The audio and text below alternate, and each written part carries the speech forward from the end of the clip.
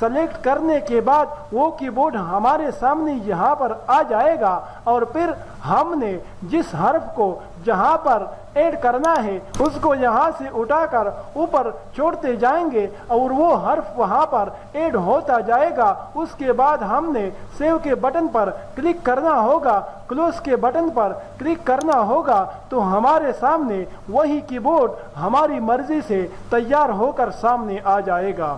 تو دوستو، یہ تھا ہمارا آج کا سبق جس میں ہم نے کی بورڈ پریفرنسز کے بارے میں جانکاری حاصل کی، اور اسی کے ساتھ ہی ہمارا ایڈٹ کا مینیو کمپلیٹ ہو چکا ہے۔ اگلی ویڈیو میں ہم انشاءاللہ ویو کے مینیو کے بارے میں بات کریں گے۔ تب تک کے لیے آپ سے اجازت چاہتا ہوں۔ اللہ نگہبان۔